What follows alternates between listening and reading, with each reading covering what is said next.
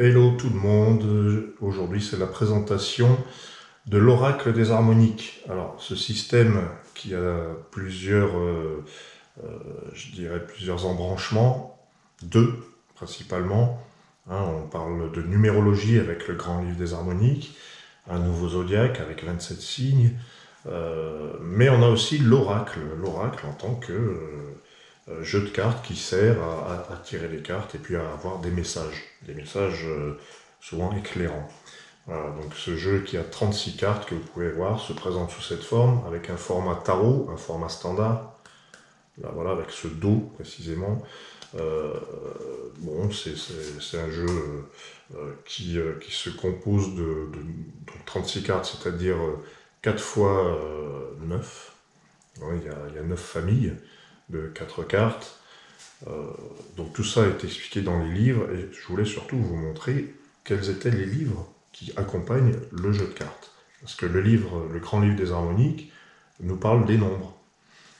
Il ne nous parle pas des cartes. Ce qui nous parle des cartes, donc vous allez avoir dans le pack à 39 €, vous avez ce manuel qui est là, qui est vraiment très léger et très synthétique. Et vous le recevez avec ceci, avec le jeu qui est là, et dans un petit pochon qui peut être rouge aussi, ça peut changer. Le tout étant que vous ayez votre jeu dans quelque chose, pour que ce soit pratique. Voilà, donc ce petit manuel, il est succinct, il fait 93 pages. Dans ce petit manuel, vous avez l'explication des familles, dont je vous parlais au début, qui sont là, et qui sont représentées en noir sur blanc, très clairement. Et ensuite, vous avez une série de mots-clés. Ça peut toujours servir. Un mot-clé, c'est souvent très direct. Par exemple, le feu sacré, 2, c'est énergie, changement, action, activité. Voilà, par exemple. Et ensuite, vous avez, carte par carte, l'explication du message de la carte. Si, par exemple, d'aventure, vous vous dites, tiens, aujourd'hui, quelle est ma carte? Hop, vous mélangez, puis vous sortez une carte, n'importe laquelle.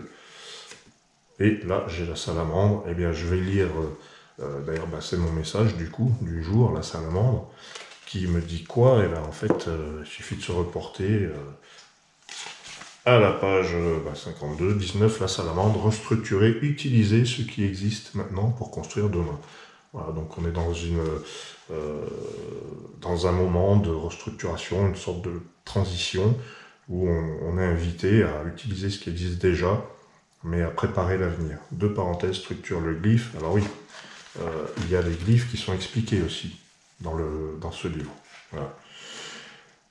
Et un petit texte qui vous dit si la salamandre est votre carte de naissance. 2-3 lignes. Parce que ça peut servir, vous pouvez tomber sur votre carte de naissance. Voilà, donc comment est fait ce livre? Il est très simple, il est très précis. Et vous avez tout à la fin un petit tableau qui vous permet d'aborder le tirage des éléments. Le fameux tirage des éléments à 10 cartes. Quand vous avez la carte, la première qui tombe ici, elle tombe en blanc, ensuite elle tombe en feu, ensuite elle tombe en vent. Bref, vous avez les 10 éléments, et surtout, qu'est-ce que ça veut dire? Par exemple, si vous avez la salamandre qui tombe là, et bien là, vous avez l'origine de la question, ce qui est à venir, ou en devenir, ou le potentiel. En 2, ça va être l'action à accomplir. En 3, ça va être la pensée, et aussi ce qui est instable, puisque le vent peut désigner quelque chose qui est instable. Le jade, c'est plutôt l'ancrage. L'ambre, c'est la vie intérieure, l'émotionnel. L'arc-en-ciel, c'est la communication. L'or, c'est la relation à l'autre et l'image. Le noir, c'est ce qu'on ne contrôle pas, l'inconnu, l'invisible. Et le sacré, c'est tout ce qui a trait aux croyances. Les croyances, la mission de vie, c'est marqué là, la mission de vie, pour ceux qui pensent en avoir une, mais c'est surtout les croyances, ce qui est aussi sacré, religieux, irréversible. Quelque chose qui a du mal à changer, contrairement au vent. Voilà. Et puis vous avez la table des matières. Voilà. Donc ça, c'est la petite version. Et pour ceux qui veulent quelque chose de plus complet, vous avez Oracle des harmoniques, cartomancie, c'est écrit en haut à droite, comme ça vous êtes sûr de votre coup, et méthode de tirage. Alors là aussi, pour faire un tirage, il faut avoir des cartes, c'est mieux. Donc, c'est ce gros manuel qui est quand même beaucoup plus complet que l'autre, mais pas tellement plus cher finalement. Là, il est plus valable parce que là, vous avez les définitions des combinaisons possibles de chaque carte dans chaque élément.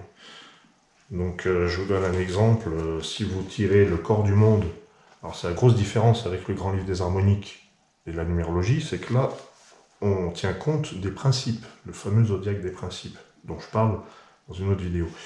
Donc le corps du monde tombe en vent, hop, et bien c'est l'ouverture d'esprit, les voyages, l'orientation, en sens limitatif. Vous avez les deux sens en fait, parce que ça peut être bien vécu ou mal vécu. Mais les deux sont justes, hein. Il y en a beaucoup qui me demandent comment on fait pour savoir si c'est bien vécu ou mal vécu. Il faut lire les deux. Le sens limitatif, il est vraiment très important, parce qu'il vous prévient de quelque chose. Ou alors il pointe, il vous montre, il vous dit vous en êtes tout finalement. Donc si vous tirez le corps du monde devant et que vous lisez instabilité, nomadisme, constamment en voyage, on ne pose jamais ses bagages, on s'évade, on fuit, tant au sens figuré qu'au sens propre. Alors, il ne s'agit pas de dire à la personne qui a le corps du monde devant, vous voyagez trop. C'est peut-être quelqu'un qui s'évade, qui fuit, ou qui fuit les responsabilités, pourquoi pas. Ce que nous cherchons à fuir nous rattrape, que nous ne voulions pas. Bon, c'est un petit peu... Et ensuite, vous avez le sens fécond, c'est-à-dire le sens positif, quand c'est bien vécu. L'ouverture, la liberté. Le monde devant nous rappelle que nous pouvons être libres comme l'air. Il nous invite à élargir l'espace. Voilà. Donc c'est fait d'une manière assez bien structurée, parce que ce petit carré là symbolise le tirage des éléments, comment vous allez disposer vos 10 cartes, et il montre avec le glyphe, d'où l'importance d'avoir des glyphes dans ce système, où se situe la carte que vous avez tirée. Donc vous avez vos 10 cartes comme ça, et puis vous avez toutes les définitions avec sur le côté l'élément en question. Voilà. Donc vous n'avez plus qu'à, une fois que vous avez posé vos 10 cartes, bon, généralement la plupart des gens qui ont ce jeu utilisent leur ressenti, ils ne sont pas dans le bouquin H24, mais ce qui est pratique, c'est que quand on n'arrive pas à lire, ou quand on a toujours besoin un petit peu d'un guide, eh bien, ce livre est un guide en fait. Il guide la lecture des 10 cartes. Et vous pouvez, alors moi c'est ce que je fais, tout d'abord je lis le tirage sans le guide, et ensuite j'ouvre le bouquin et je vois si j'avais vu juste. Donc c'est vraiment un exercice d'intuition particulièrement intéressant.